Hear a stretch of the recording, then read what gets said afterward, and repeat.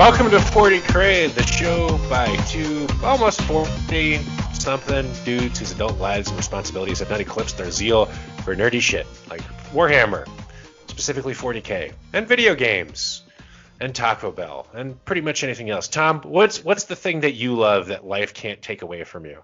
Beer, and that's about it. And nice. Are you drinking a beer right now? Yeah, the usual Aldi brand. Sounds good. By the way, I'm Ben, aka LS Demon, and my co-host is Tom, aka Tommy Bones, aka Bonesaw Miniatures on the gram. You can check out some of those awesome miniatures, including a Chaos Knight that looks pretty sick. Hello. Hello and glug. But anyway, Tom, we're talking about our favorite subject of all time. Absolute favorite subject. Tom, what is our favorite subject of all time? Chaos Space Marines. Oh, okay. I thought we were talking about the German discount supermarkets. Okay, my bad. We already did. We discussed that. Yes, we're talking about Chaos, specifically Chaos and 40K. We did a bunch of shows lately with special guests talking about orcs, talking about the Drukhari, aka Dark Eldar, talking about Astartes, aka Space Marines, aka Ultra Smurfs, aka Rodent Guillotine. And thank you again to Ryan from Command Point. That was a lot of fun. Yeah. Today we are our own special guest because we are the chaos experts of the East Coast of the United States. I challenge anyone to debate you. You heard it, guys. If you think you can usurp us, Tom challenges you. Debate Ben specifically. Yes, we'll debate each other. Tom, what was your first exposure to Chaos, and what drew you in? Because presumably, maybe you didn't start loving Chaos. Maybe you started liking a different faction. Mm-hmm. You know, I was just thinking earlier today that in a previous episode, like one of the first ones we started, I just kind of threw out a wild claim that if you don't play Chaos, you're un-American. And you just kind of rolled with it. You know, you didn't bother to press any deeper than that. You know, there is logic behind that. I think we'll probably get into that this episode. So is that what it was, Tom? Like you saw it, and you're like, well, I'm an American. I must love these bad mama jammas. That and yeah, I guess. So I was drawn into the Emperor's Children at Legion, as you know, we brought that up a few times. But you know, and you always ask why, you know, what drew me to that, and I've always kind of just given you the generic, you know, stock response that, you know, they're the vices, you know, a rundown of what they are basically. But I try to keep it light. You know, I don't want to get too heavy with, you know, the exact reason. But I think there's actually a meme of all things that explains it pretty well. So there is two cars at a red light, and a black car and a pink car. And it shows the inside of the black car, and it's Samuel Jackson as Nick Fury, and he's labeled Perturabo. And then it cuts to the pink car. Inside the pink car is a dude with like a full pink bodysuit and this goofy grin on his face, and his eyes are all bloodshot and squinty. It says, "Fulgrim high as shit, not contributing to the war." And Samuel Jackson just has this like disappointed, like annoyed look on his face. I think that summarized it perfectly, because I used you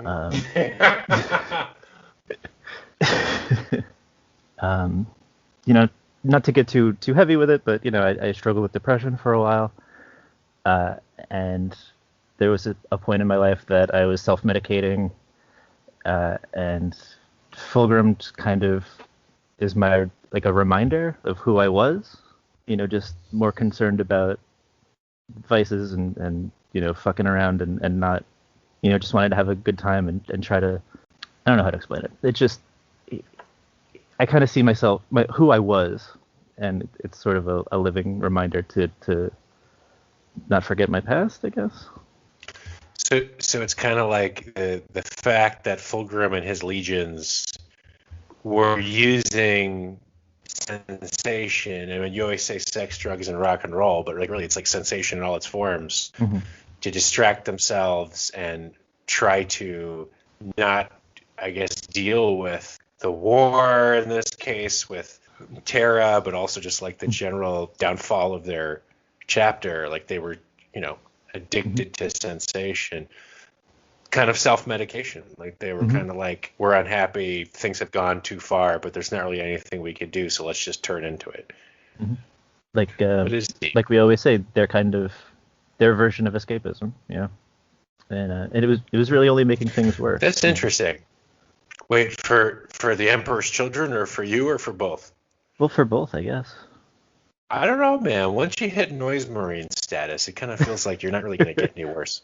Yeah. Do you remember I think it was the Noise Marines that were in like 3rd edition, where they had like no ears and the really big like shark teeth? Yeah. And like the tongue that had like a mouth in it. I thought those guys were pretty awesome. Yeah.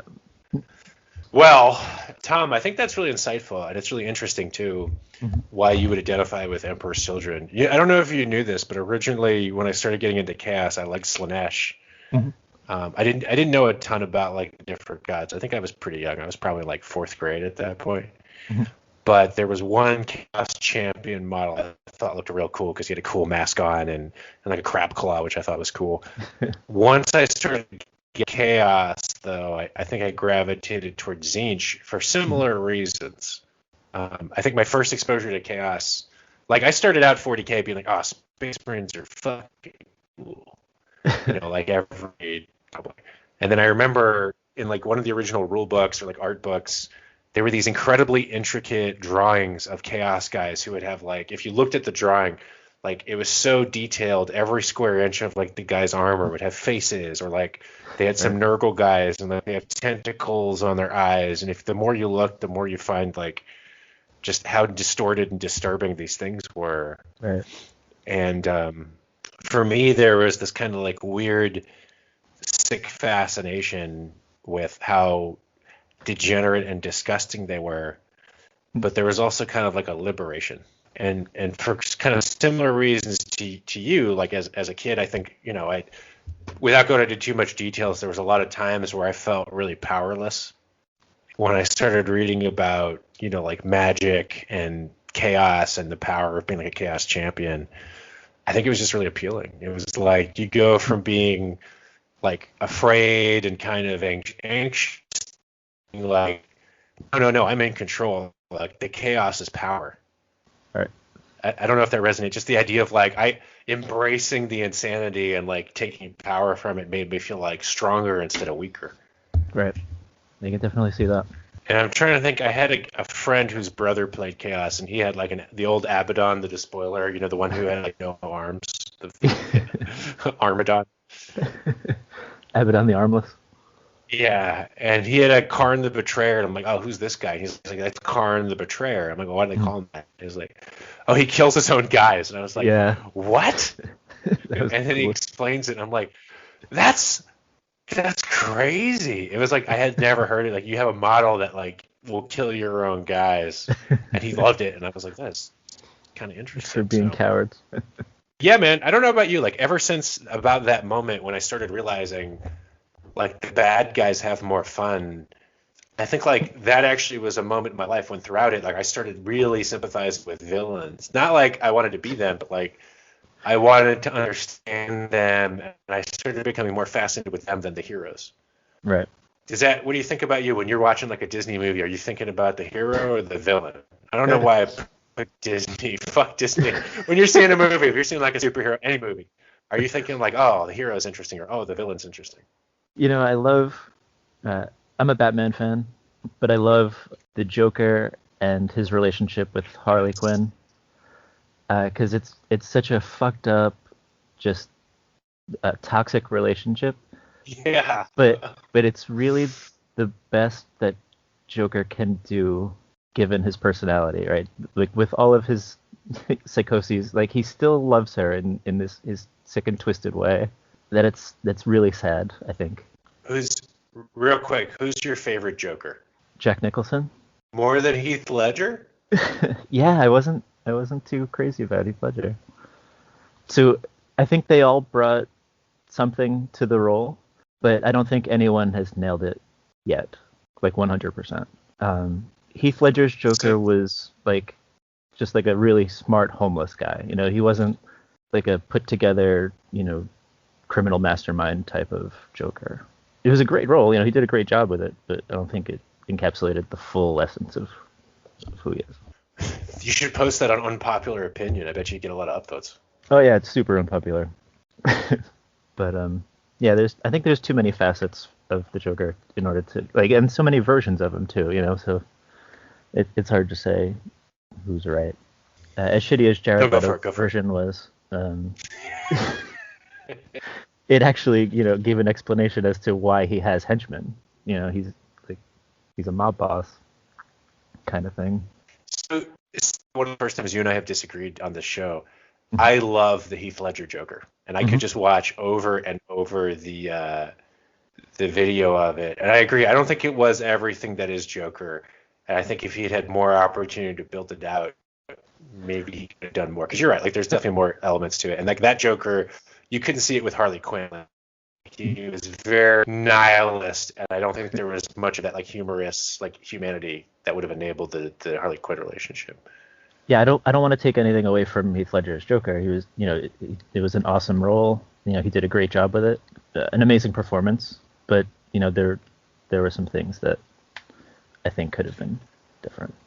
That's all. And to be clear, I absolutely respect that opinion because I think first of all you are a Joker expert. You are a Joker expert as things go. I think you're wearing Joker shoes as we speak, aren't you? Yeah, and socks. Oh, really? Yeah. Yeah, nice. But so here's what I did like about the Heath Ledger one, and then I can tie it back to Chaos. He just wanted to fuck things up. And he was not absolutely his own well-being and perseverance. His goal was chaos and destruction. And much like in a lot of the kind of fiction around Warhammer 40K, there's certainly some antagonists who are chaos affiliated, or in some of the books like the Night Lords, there's some chaos protagonists. And very often they have kind of self-preservation as a main mission. But the ones that I think are much more interesting are the ones that are wholly focused on one aspect of their god or their existence to the complete exclusion of everything else. So Karn is a great example. He just wants to kill shit. Right. Although there's some hilarious 1d4 chant stuff about, Karn, what a great guy. Good guy, that Karn. And I mean, there's some complex chaos characters too. So, and I would talk about Ahriman in a little bit because I think he's a good one. But I just love this idea of just being so far gone about, exacting whatever self-expression you have, whether it's violence or noise or destruction or change or pleasure or decay. Right. I think Lucius the Eternal comes to mind. Yeah, he's an interesting. As much as they went too far with it. I think there was, the guy that created the landmine that blew him up became Lucius. All right, now you're pushing it. But just but the fact that he just lives to fight. He just wants to pursue perfection in his martial prowess. That was who he was as a person. It's who he is as a champion of Slaanesh. He's a good one because in the books, I hated his fucking guts. He was such a dick. Yeah. And yet that's kind of what makes a really compelling villain. It's like in wrestling, the good heels, the bad guys are the ones that can generate the most heat. You have to have a villain that you just want to kill. It's like Joffrey and what was his name, Ramsay Bolton. You just wanted to fucking kill him. That's a good villain. And Emperor's Children are perfect for that because arrogance and vanity go, it's the perfect reason to hate somebody, because they're full of themselves. Yeah. So Lucius is a good one. So for those that don't know, Lucius was an Emperor's Children, probably one of the best swordsmen in Space Marine history. Debatable, but he's up there for sure. And Slaanesh gave him the gift that there's a couple gifts, but a big one is that if you kill him and smile as a result of the victory, if you take any pride in it whatsoever, you slowly turn into him, right?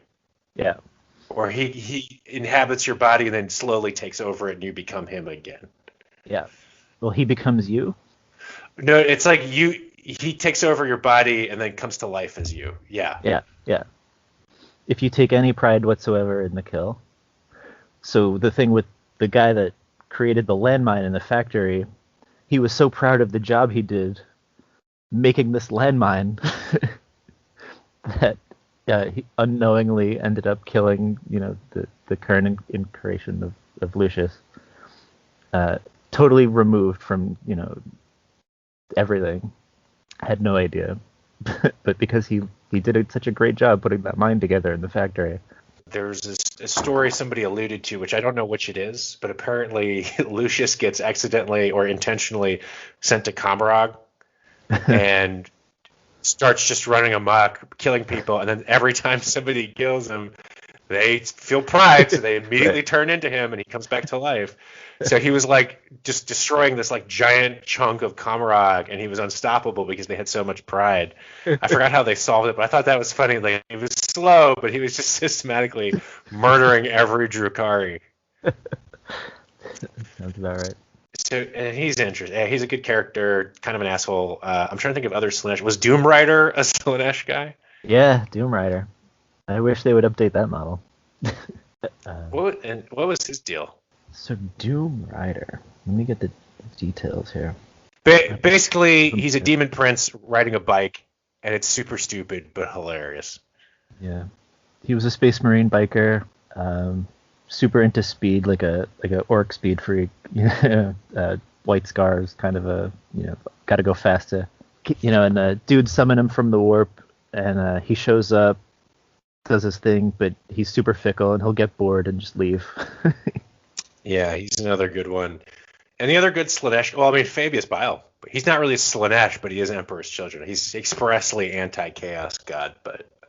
Yeah, they gave him his own faction now. I don't think we can't even take him. Really? Yeah.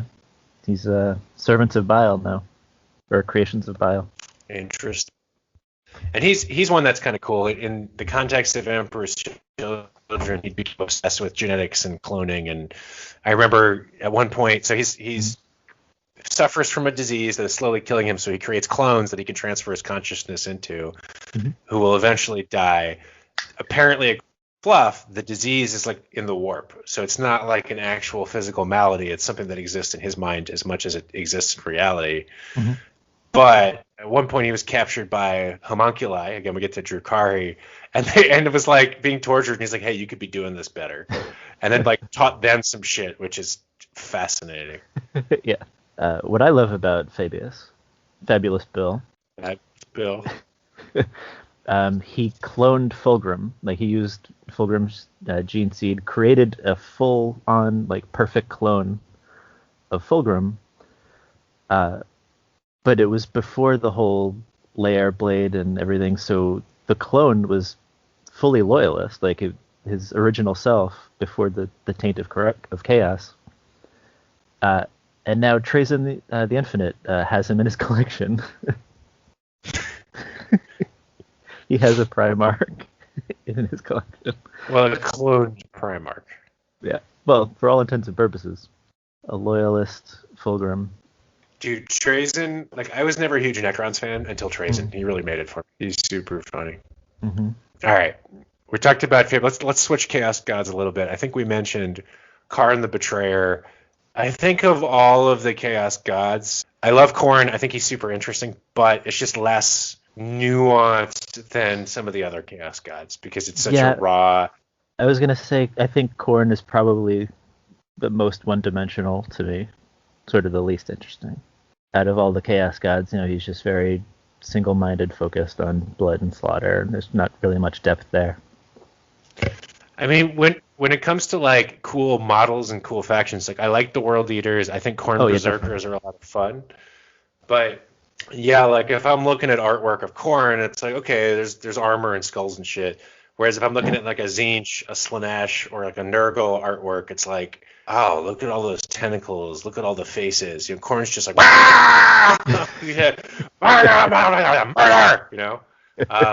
That said, Karn the Betrayer is an amazing character. Yes. Hands down. One of my favorites. I mean, enough that you named your child kind of after him. Karn, actually. It just doesn't have the accent on the A. Isn't he Karn the baby betrayer? Yes. Okay. Glad we settled that. No, his name is Gorechild. Karen, the total backstabbing bitch. It's not your son's name. That's the female version. Oh, of Karn the betrayer. Karen. He's not a Karen. No, but dude, he's got a fucking axe named Gorechild. Like, that's kind of fucked up. That's pretty cool. I love Karn. Used to be Angron's axe. It did, along with Gore Father. Yeah. I will now go as Gore Father. So anyway, Khorne, look, if you're a huge Khorne fan out there, I play a World Eater's Army, I play a Berserker's Army. It's not that I don't love them. I think they're super fun. I just think it's less nuanced and challenging as a concept. Yeah. You know, like selling yourself for rage and war. It's as hard as this is to say. It's like vanilla evil versus like, oh, I'm going to worship Slaanesh and all sensation, or oh, I'm going to give in to Grandfather Nurgle and have like a happy, nihilistic acceptance of my inevitable demise and just unending agony for eternity. Right? Yeah. All right. Let's talk Nurgle for a little bit. I think when we did our Warp episode with Gabrielle, we talked Nurgle, and I still think very interesting character. I love the juxtaposition, despair, hopelessness, and just bitter agony with jolliness. Yeah. Nurgle is super interesting. Grandfather's blessing, the gifts he bestows to his followers that are just torturous and horrific. But gifts, like he thinks he's helping. Right. And I think like Marines, again, like when you're reading about like Nurgle's rot and the fact that their stomachs become distended and break their armor and make them these fat looking guys. Yeah. Or the way that the body splits into mouths. Or I think the single moment for me when I was like fully enraptured by chaos is when I read the description of the Great Unclean One circa 1992. It's fucking disgusting. Have you seen the Great Clean One? Is that the meme thing where Zinj cleans it up? Somebody, I think it's an actual model. Somebody green stuffed and just got rid of all the disgustingness. Well, so now it's just a fat, like pink Just a looking big guy. fat guy, yeah. The Great Clean One. Great Unclean One, man. As an idea, that is probably the worst thing that you can see. Like, I mean, of the greater demons, I think that's the one I would least want to see. It's just such a fucking disgusting idea. And to know like you're gonna get Nurgle's rot. Go into that for our listeners. Anyone who what is it you mean? Anyone who Nurgle's is familiar with Nurgle, yeah. So the Great Unclean One, let me start with that, is a probably like 2-story tall, corpulent, aka fat, bulbous, green humanoid entity that can barely walk around because of how fat it is, and all over its skin are pustules and filth and mucus and cuts and tears. And in some of the old artwork you could see that like its skin is barely holding it together, and in fact in places like parts of its intestines are popping out. And it's covered in these nurglings, these small mischievous and again funny little demonic things, which are like drinking all of the residue that's coming off of this Great Unclean One as if it's like the most delicious thing in the world. And it's dripping and disgusting and has this giant cracked smile that's like way too big for its face as it just kind of slowly trundles along the battlefield and just spreads like disease everywhere it goes. And then Nurgle's rot, I believe, is a disease that kind of rots you from the inside out. And then eventually, if you die from it, you become a demon. You become a plague bearer. I'm glad you brought up the Nurglings, because I'm not really a huge fan. No? There's just such a grim darkness that I think that the comic aspect has its place, like with orcs. But when you have... I don't know. It might be too much of a switch. I don't disagree with you that it ruins the grimdark a little bit. I remember there's a model that's pretty cool. I think it was one of the Space Marine Heroes models. It was a Plague Marine champion that there's a little on the base. There's a Nurgling which has like a little Space Marine helmet and is looking really sassy. The sassy Nurgling, yeah. Sassy Nurgling. It's hilarious, but at the same point, it does completely neutralize the Grimdark. Because otherwise, you're like, oh my god, like, these Space Marines that get infected with this disease, they're too hard, they're too tough, they can't die. So they like decompose from the inside out, but they're still alive, and their bellies become distended, and their guts spill out, and they're just in unending agony, and their faces, usually like their ears will melt off, and they just look disgusting. And then juxtapose that with this cute little like 1 foot tall like gremlin looking thing that's like got a sassy hands on its hips, and it's like, okay, it's cute, but you're right, it does pop the bubble. Like it's hard to take as a grimdark thing. But it's it's not lost on me. I get the juxtaposition like we were talking about before with how he's jolly but also gross. So I get it. It's that dichotomy there. I can see how it works out. It's not I don't know. We'll edit that out. No, it's I think it's good though. There's a dichotomy that works. It's a very interesting complexity. Despair and hopelessness, along with jolliness and kind of nihilistic acceptance. I guess in the same way with Khorne, it's like murder, but there's a little bit of like martial honor, because at least in some places, if you're killing like innocents, that Khorne doesn't really like that as much as if you're killing like a very difficult to kill enemy. Right.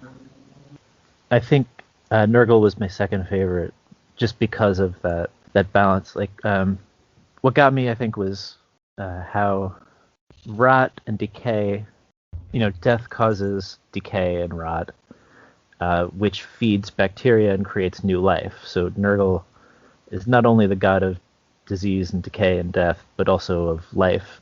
So, like, a lot of times when, sick Imperial citizens are, on their deathbed, they'll pray to Nurgle to let them live, And I thought that was cool. Yeah.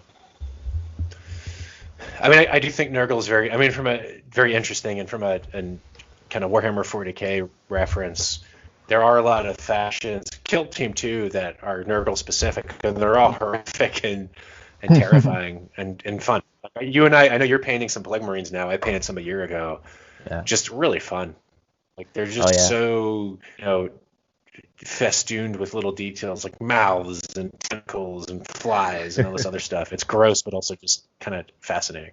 I love the models because it's like a perfect balance of the flat armor panels that you'd expect from Marines, but also the cool organic contours and awesome shapes from organic matter. It's a really cool balance there. Like one dude has an antler springing out of his shoulder. Yeah. It's just really cool. It's a lot of fun. And one guy has like his intestine is like a tentacle, which is holding up the like cleaver. Yeah, my champion has a full-on like insect head with the compound eyes and. All right. So we talked about Nurgle. We talked about like kind of the Emperor's Children. We didn't really talk about Slaanesh, but let's in the interest of time, because I know we could talk about chaos all the time. Let's do Tzeentch a little bit. Yeah. It took me a while to come around to Tzeentch because, first of all, some of his models, especially the old ones, weren't as compelling. Like if you're going to go Bloodthirster or Great and Clean One and then compare it to a Lord of Change, not nearly as cool. So for those, we talked about the Great and Clean One. The Bloodthirster is probably the most powerful greater demon. It's like your stereotypical demon. Like it's got wings, it's giant, it's flaming, it's got cloven hooves, like an axe. It's like a Balrog on crack in a heavy metal video, and it's super cool. Right. Slaanesh, the newest Keeper of Secrets, which is this, it's kind of bovine, kind of human with giant crab claws, and it's beautiful, but at the same time disturbing. Mm-hmm. The latest one is really good, I think. Do you like the new sculpt? The Keeper of Secrets / Shalaxi Hellbane? Yeah, exactly. Yeah, I think it portrays the sort of elegance, and I don't know. It's a feminine but masculine at the same time. I think they did a really great job. It's kind of sexy in a weird, disturbing way. Right. But if you compare that, like Lord of Change is basically what was that stupid movie, The Dark Crystal, the Skeksis? It's just a scary bird. I see the the buzzard from Bray Wyatt's Firefly Funhouse. Yeah, that's a good one, Bray Wyatt, bringing him up.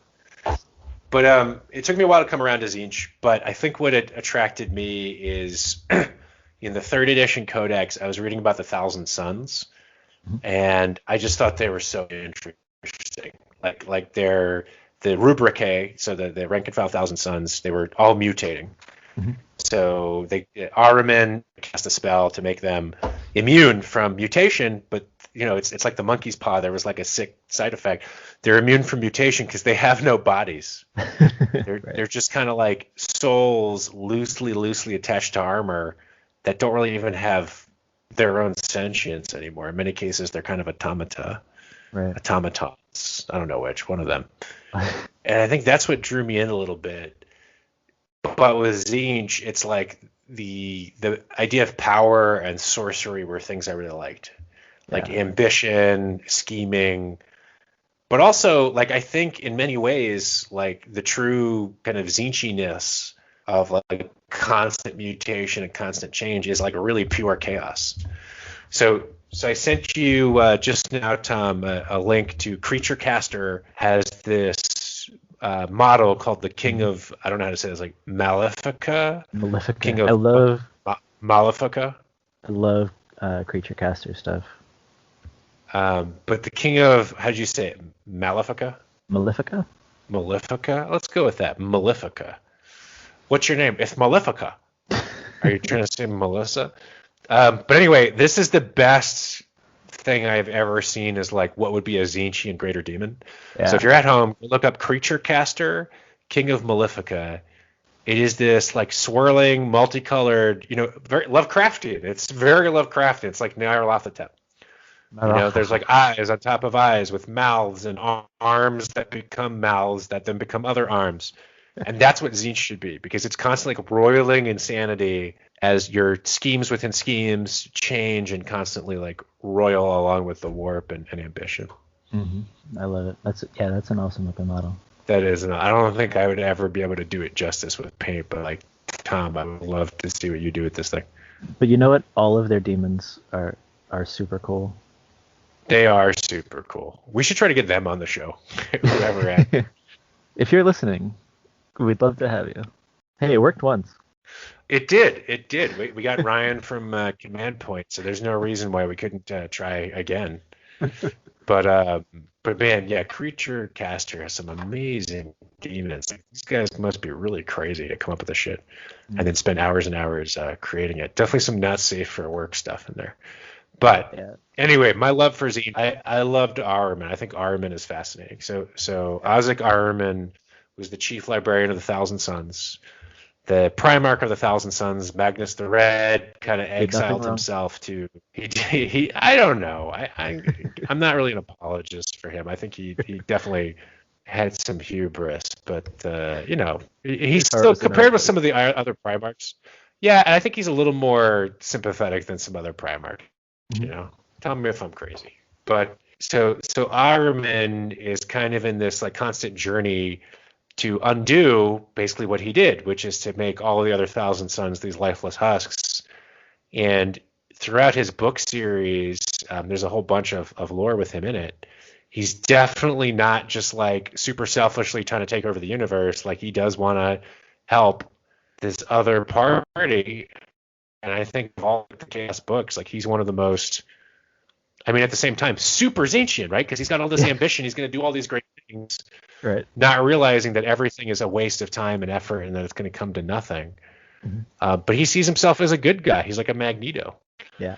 Like, I don't think Karn sees himself as a good guy because I don't think he gives a shit. Right. He's just kind of doing his own thing. I don't think Lucius sees himself as a good guy because I don't think he gives a shit. Exactly. Typhus, I specifically think Typhus probably knows he's an asshole. Yeah. He's got to acknowledge that at some. But like Ahriman, like if you ask him, he's like, I'm not doing this for me. I'm doing this for all these other people. Right. And there's a line in another book that's not about him where they say, like, do you really think none of us are affected by the warp? Ask Ahriman where that hole in his face came from. So it's alluded that he doesn't even have a face anymore. It's just a hole, like a black hole, which I think is super cool. Oh, that's why he wears the mask. Also, it's a sweet mask. It is a sweet mask. But yeah, you made me think of, so apparently the Chaos Gods, they had their own preferences for which Primarchs they wanted. And Tzeentch was the only one that really got, Tzeentch wanted Magnus. He was the only really one that got his first choice. Who'd the other ones want, do you know? So Slanesh really wanted Jagatai Khan. Really? Yeah, not necessarily unhappy with Fulgrim, but wasn't his first choice. Khorne obviously wanted Sanguinius. And this was interesting. I think I found Nurgle wanted Perturabo. He was close. Yeah, I found that was interesting. So we've gone through a lot in this episode. We're talking about chaos and why we love it. In terms of how it plays on the battlefield, we could talk a little bit about that. And we can, I guess, always talk about kill team. You've mentioned Emperor's Children, like you can't have berserkers, so try to take advantage of the fact that you always fight first and that you can shoot twice. Yeah, because possessed really aren't that great. I mean, I had one on my list. He didn't really do much. But chain swords are cool if you want to spend the points on a Chaos Marine. But yeah, shooting twice is definitely the strength there. I had the autocannon and a plasma gunner. Although now with the changes, hopefully the changes to heavy bolters, he might be a little more competitive if it makes its way to Chaos as well. I mean, yeah, and in general, like if you're playing I think Dark Raiders is usually the best other faction if you don't have like a specific love, because they can reroll charges, which is great for your berserkers or if you have other guys who want to get in combat. Iron Warriors isn't too bad because it gives you a buff from obstruction. Yeah, for me it's easier to kill enemies and cover. Yeah. Basically, always have your autocannon, or maybe now your heavy bolter if it gets updated. I think we talked about that before. Plasma it's situational. Yeah. Always have a cultist leader, and if you cultist in various places, and limit the deep strike radius. Yeah, using your cultist strategically, you mean? Yeah, because you don't want your leader to get ganked. Yeah. Have a berserker or two. I could do a whole episode on Thousand Suns tactics and Death Guard tactics. Maybe we'll keep those out for now. But Death Guard in general, like you have some auto includes, like the flail have at least one, a blight launcher have at least one. Yeah. Have a whole bunch of poxwalkers because you need them to capture things. Right. For Thousand Suns, honestly, I found Zangors to be not as good as people think they are. Because a 5-up armor save, even if it's invulnerable, is not really reliable. I think it's good to have them in your command list or your roster, because they have the flexibility of being a horde or an elite army, depending on who you're up against. So I think that versatility is super helpful. I would definitely have them in your roster. Just don't expect much from them. Yeah, I mean they have their time and place if you want to flood the board with bodies to control points. Yeah. They do a good job at that. And totally fair. I think in my experience, they're just not killing enough to be super great, especially not with things that are relatively the same price, like racks on Drukhari or orcs. Like orcs are a little bit more killy. Right. But you got to flood the board with them. Rubrics, don't underestimate how good the AP -2 is against heavily armored guys. And don't underestimate the flamers are really good, even if they're super expensive. Yeah. 20 points for Rubric A with a flamer, but if you can deep strike them using webway infiltration, get them behind your enemy's line, suddenly you get a big problem for them to deal with. What do you think of the Scarab Occult Terminator with the heavy flamer? I actually, if it's me, if the heavy flamer goes to 12 inches, that's pretty tight.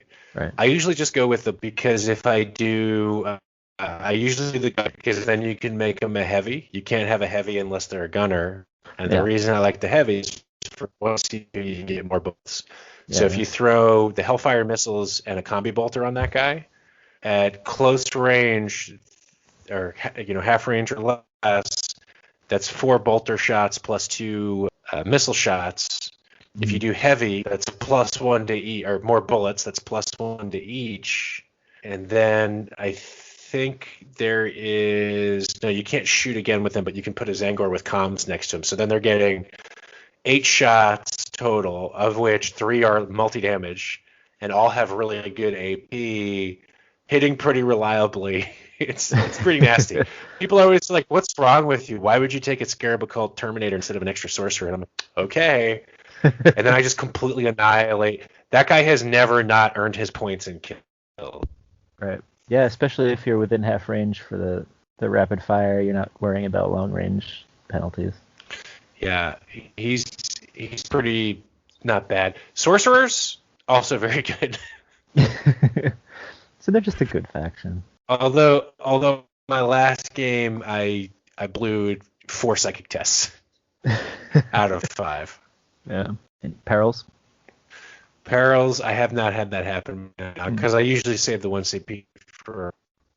Yeah. It is a really good faction. It's just the good things are so expensive, and the things that aren't the good things are not as good as they could be. Gotcha.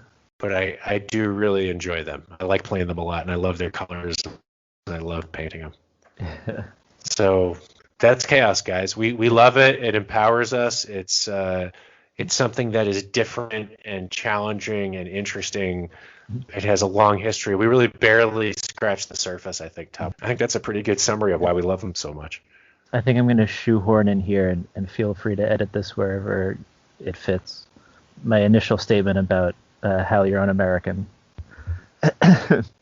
So I was, because I'm a huge fan of how GW's like actual historical influences affect the different factions, like and how they draw inspiration from real life historical events. So I noticed a lot of similarities between the Horus Heresy and the American Revolution that I looked up online, like, am I crazy? Like, is this a known thing? And I couldn't find anyone talking about it. So that made me think, like, so basically what happened, England, when they settled the colonies in America, they had a great presence, treated like a proper colony. They had a good relationship, and the people here loved them. And then they had a war with France brewing, and they needed to pull out back home for a couple of, like, 2 or 3 generations. They just they said, okay, America, we're going back home. You have to fend for yourself. We're like they literally went back home and left their quote unquote children to fend for themselves while they took care of stuff at home. And after a couple of generations, the American people were like, what ties do we have to England anymore? Our grandfathers, were the loyalists. We have no say in their government. We have no relationship with them anymore. Like, what?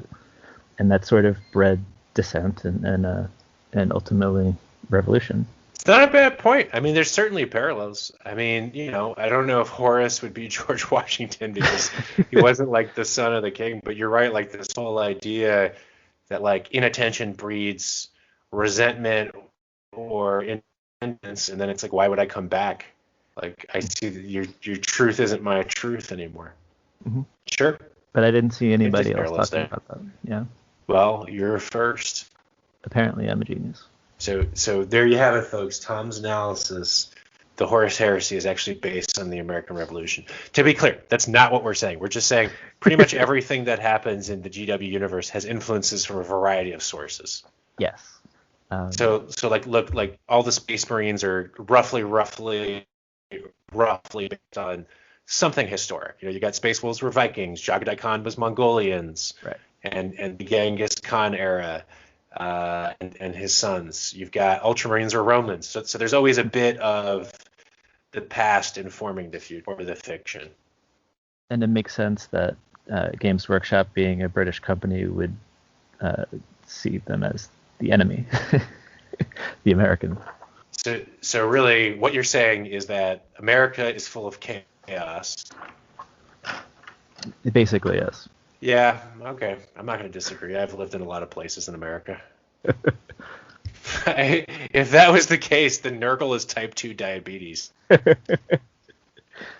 I say it with love, guys. I grew up drinking sweet tea. I know how it is.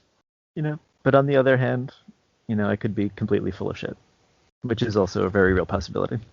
Who cares? It's the thought that matters. All right. More than likely, the possibility. So that would you say more than likely it was baloney? More than likely is the actual.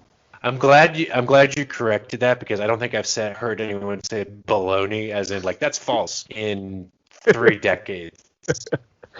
You're full of baloney. Dude, when I was a kid, like, this is going to be a complete tangent. I ate white bread with Oscar Mayer bologna and mayonnaise. Like, that was a meal parents would make for me. If you did that to a kid these days, child services would come and take them away. There's nothing wrong with bologna.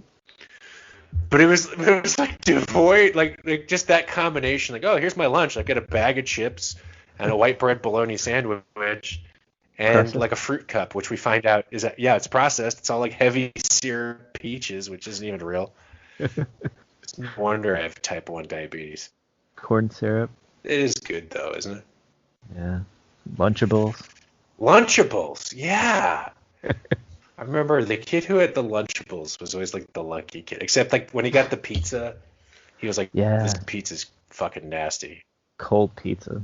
That's like some Zinch stuff right there, because it's like, oh, so you want to scheme to get the best lunch? Nah, it's garbage. Monkey's paw. It's like, The yeah, you can have sauce, pizza. the sweet ketchup. Yeah. Like the Nurgle kid has like Twinkies. All The right. corn is the bully that beats you up and takes your lunch. The Slanesh kid, that's the one with the organic food who one day is going to finally get some like not organic food and just like go nuts and gain 500 pounds. That's the kid that brings sushi. Unless that kid is Japanese and that's his home, what he eats at home. Tom, what do we always say? Ave Dominus Nox. Hydra Dominatus. No, let's Iron keep within, going iron with without. chaos mottos. I like this. All is dust. Children of the Emperor, death to his foes. Don't forget to mash that like and subscribe button. Suck it. Adios, muchachos. Good fight. Good night.